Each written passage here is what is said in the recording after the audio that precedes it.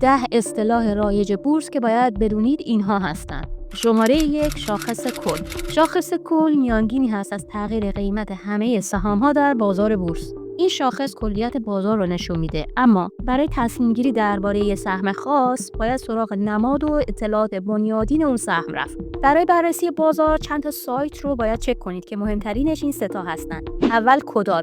کدال سامانه جامع اطلاع رسانی ناشرانه و گزارش‌های مالی، آگهی‌ها و اطلاع رسانی‌های همه شرکت‌ها داخلش هست. آدرسش kodal.ir هست و از منوی جستجوی اطلاعیه‌ها میتونید گزارش‌های مالی حقوقی و اطلاعیه‌های شرکت‌ها رو ببینید. یادتون باشه قبل از خرید هر سهم باید گزارش‌های دوره‌ای و تلفیقی شرکت رو توی کدال بخونید. دوم سایت تابلو معاملات بازار سرمایه با آدرس tsetmc.com که قیمت لحظه‌ای سهام، نمودارها، حجم معامله‌ها و اطلاعات شرکت‌ها رو به صورت زنده نشون میده. باهاش میتونید دنبال نمادهای مختلف بگردین و تغییرات قیمت رو ببینید. مثلا شاخص کل برای سوم دی 1404 نسبت به روز قبلش 92782 واحد یعنی حدود 2.3% افزایش پیدا کرده. این تغییرات بورس مربوط به همه سهام‌های شرکت‌هاست. حالا اینکه سهامی که در دست شما هست چقدر تغییر کرده رو باید برید در تحلیل‌های مربوط به همون سهام جستجو بکنید. و سوم سایت بازار بورس و اوراق بهادار ایران با آدرس seo.ir. در این سایت هم میتونید گزارش‌های مالی و اخبار رسمی شرکت‌ها، قوانین و لیست کارگزاری‌ها و سبدگردان‌ها و بقیه موارد رو ببینید.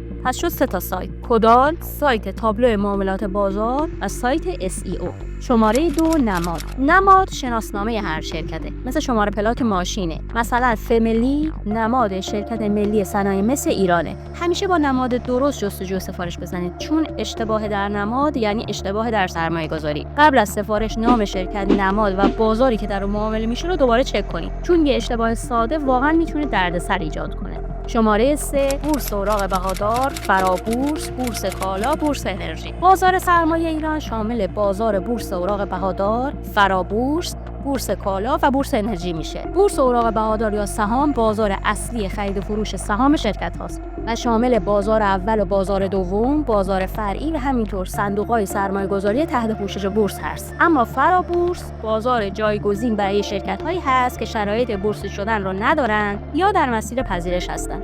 این شرکت‌ها نقشه‌بندی کمتر اما فرصت رشد بالاتر و البته ریسک بالاتری هم دارند. بورس کالا و بورس انرژی هم بخش‌هایی از بازار سرمایه هستند، اما به صورت تخصصی‌تر با دارایی‌های فیزیکی و انرژی کار می‌کنند. بورس کالا معاملات کالای فیزیکی و قراردادهای مشتقه مربوط به اون رو پوشش میده که شامل 5 گروه اصلی هست: فلزات پایه مثل آلومینیوم، کشش‌های صنعتی و خام مثل سنگ آهن و ورق‌های فولادی، محصولات کشاورزی مثل گندم و جو، ذرت و شکر، محصولات پتروشیمی مثل غیر و انواع روغن‌ها و بعضی از فرآورده‌های صنعتی خاص و مصالح ساختمانی مثل سیمان. و تو بورس انرژی معاملات کالای پایه انرژی مثل نفت و گاز و همینطور بازارهای توافقی و عمده برق انجام میشه. شماره 4 کارگزار سبدگردان.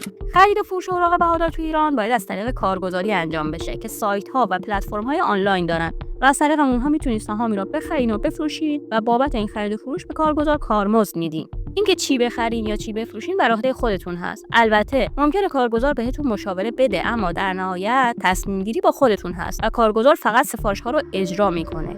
اما سبدگردان مثل مشاور حرفه‌ای هست. وقتی قرارداد با سبدگردان می‌بندین، با توجه به ریسک و سرمایه شما، سهام مختلف و تو بازارهای مختلف براتون میچینه و در طول دوره هم ممکنه براتون بخره یا بفروشه و ریسک‌ها رو براتون مدیریت میکنه. خیلی از کارگزارهای معتبر مثل آگاه و مفید تو سرفصل جداگونه و البته با مجوز از بورس کارهای سبدگردانی رو هم انجام میدن. اگه تازه میخواین به بازار بورس وارد بشی، بهتره یا سهام صندوق سرمایه‌گذاری مشترک بگیرین که سبدی از سهم‌های مختلف است، یا اینکه با سبدگردان قرارداد ببندید. شماره 5 عرضه اولیه یا IPO اولین عرضه عمومی سهام شرکته. تو ایران عرضه‌های اولیه معمولاً با رشد همراهن، اما همیشه هم سودده نیستن. قبل از شرکت تو عرضه اولیه گزارش‌ها و پیش‌بینی‌ها رو بررسی کنید و سهمیه بندی و امکان فروش تو روزهای اول رو در نظر بگیرید. نترسین از دست دادن IPO. بعضی فرصت‌ها با صبر و تحلیل بهتر میشن. شماره 6 صف خرید و صف فروش. صف خرید و صف فروش به معنی اینه که تقاضا بیشتر از عرضه یا عرضه بیشتر از تقاضاست. مثل صف نون که اگه همه بخوان نون بخرن ولی ارز کم باشه صف تشکیل میشه. صف معمولا نشون دهنده هیجان یا کمبود نقشه‌بندیه و ورود به صف خرید بدون تحلیل ریسک بالایی داره. از قبل نشستن تو صف ببینید علتش چیه. خبر، گزارشه یا شایعه است. یادتون باشه وقتی مردم تو صف هیجان زده میشن شما یه نفس عمیق بکشین و در مورد علتش فکر کنید. شماره 7 پورتفولیو سبد مجموعه سهام و دارایی‌هایی هست که شما دارین. تنوع ریسک رو کم میکنه. سبد خوب مثل کمربند ایمنی سرمایه‌گذاریه. شاید بخش از لذت سودای لحظه‌ای رو کم کنه ولی از سقوط جلوگیری میکنه. شماره 8 بازارگردان نهاد یا شرکتیه که با خرید و فروش منظم نقشه‌بندی نماد رو افزایش میده. مثل کسی که همیشه تو بازار میوه میخره و میفروشه تا قیمت نوسان شدید پیدا نکنه. بازارگردان با تخصیص منابع مالی و تعیین کف و سقف قیمتی، البته با توجه به دستورالعمل بورس، سفارش‌های مزنه‌گذاری رو میذاره. مثلا زمانی که تقاضا کمه، سفارش خرید میذاره تا قیمت رو از سقوط شدید محافظت کنه و در زمان‌های فشار خرید عرضه کنترل شده‌ای رو فراهم میکنه تا صف‌نشینی کمتر بشه. وجود بازارگردان میتونه از نوسان شدید جلوگیری کنه اما تضمین کننده سود نیست. شماره 9 سود هر سهم یا EPS. سود هر سهم مساوی سود خالص تقسیم بر تعداد سهام. فرض کنید شرکت یک کیک سود داره و EPS سهم شما از اون کیکه. EPS بالا یا رو به رشد معمولا نشونه سلامتی نسبیه، اما با کیفیت سود هم سنجیده بشه. دنبال این باشین که سود واقعی از عملیات باشه، نه درآمدهای یک باره. از خودتون بپرسید این سود عملیاتیه یا یک بار مصرف. شماره 10 نسبت قیمت به درآمد یا پی. برای درک پی اول یه چیزی رو تو ذهنتون داشته باشین. قیمت هر سهم تو بازار یعنی پی و ای هم سود هر سهم یا همون EPS. این شاخص یعنی قیمت تقسیم بر سود هر سهم. مثلا اگر ای 20 ریال باشه و قیمت 100 ریال، پی میشه 5. یعنی به زبان ساده بازار فعلا حاضر شده برای این سهم قیمتی معادل 5 سال سود فعلی این سهم رو پرداخت کنه. البته با فرض اینکه سود هر سال ثابت بمونه.